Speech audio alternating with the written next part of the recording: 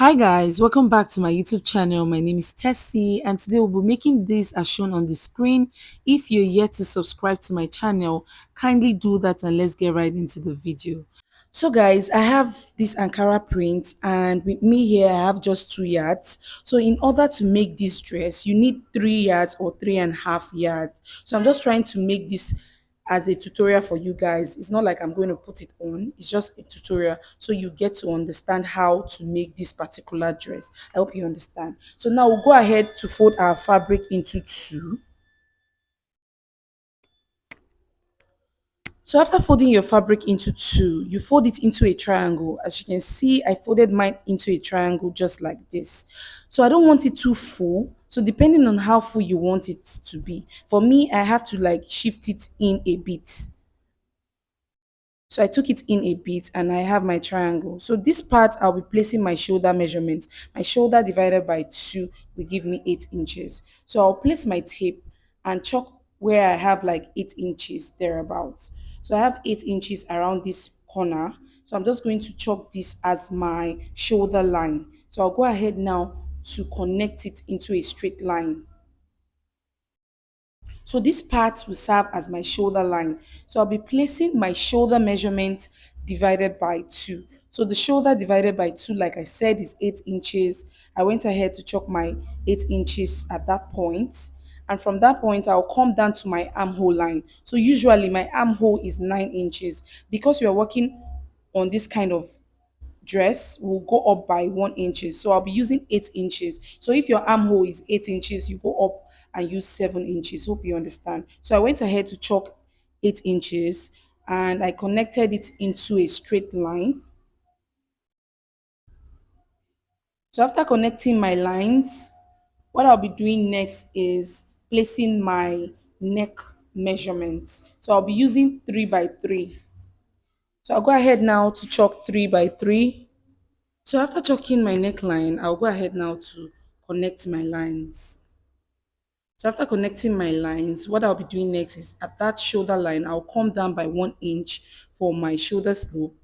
Then I'll connect from the shoulder to that 1 inches.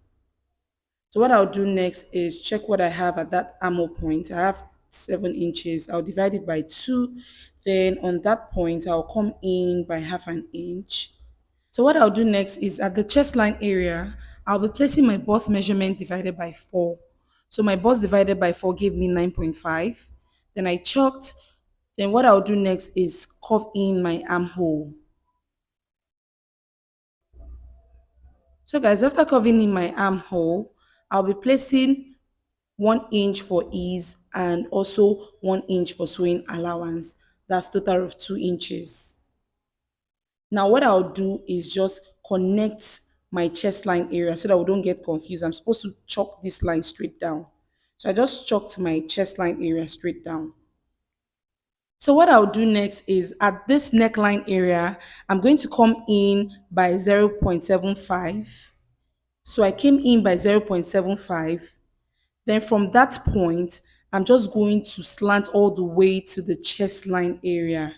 So you can choose to use your free hand or your ruler depending on how curvy you want it to be. So from that point, I just slanted to the 0.75 as you can see. So this is what we have after slanting. So what I'll be doing next is so guys, the next thing I'll be doing is checking the length of my dress. Like I said, this is just a tutorial, so I'm just going to be chalking 26 inches thereabouts. You can see how I am rotating my tape. Go ahead, chalk the length of your dress and rotate the tape. So as you can see, I'm still chalking my 26 inches till I get to the end point. After getting there, I went ahead to connect my lines together. So I'm just trying to make the line very visible.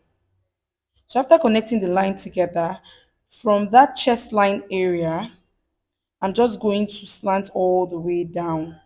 So I just slanted all the way down, as you can see.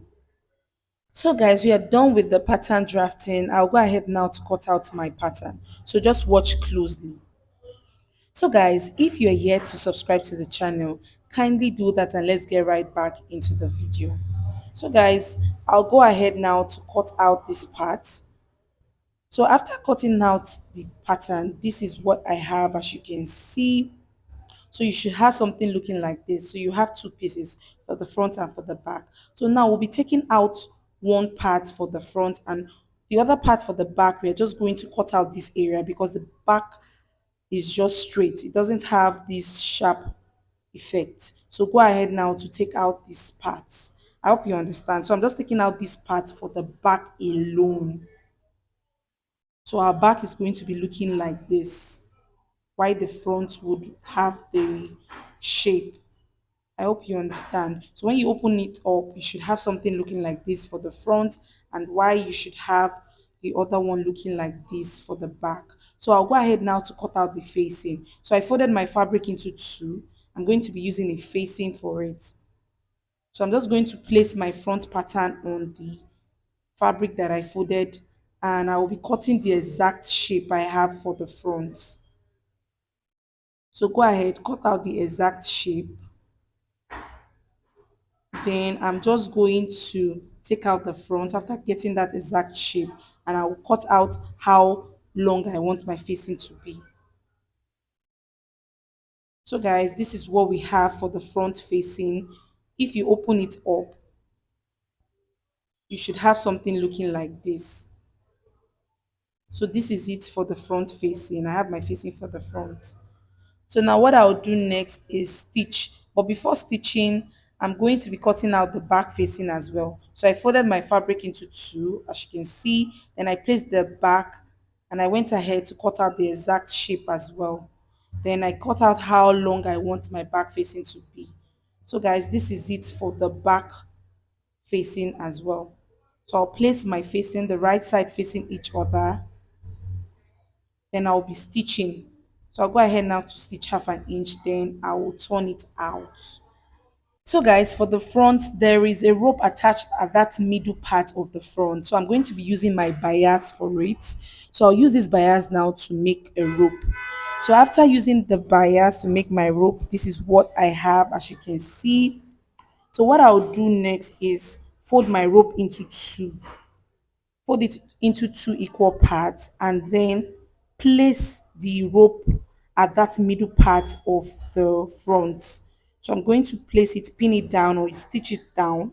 Then after stitching it down, then I'll take my front facing, I'll place it, and then I'll run a stitch half an inch all the way down, then I'll turn it out. After doing all of that, I'll go ahead now to notch that area. So go ahead, notch that area that you just stitched. So guys, after notching, I'm just going to fold it, flip it to the other parts. After flipping, I'm going to iron, and then this other area, you can use your Emi gum to like fold that part in, or you can weave it depending on how neat you want it to be. So go ahead, fold that part in, and after doing all of that, you're good to go. So for the back as well, I'm just going to take my back facing. I'll place the facing, right side facing each other. Then I'll go ahead to stitch half an inch all the way down. Then I'll flip it to the right side. So guys, after stitching the back, this is what it looks like. I'm just going to place the front and the back together. So guys, after placing my fabric together, I'll go ahead now to shape. So I'll shape my dress, and then you can weave the down part or you can fold it. So next thing to do is to attach your zip at the side. So you can choose to attach your zip at this side of the fabric or at this other side.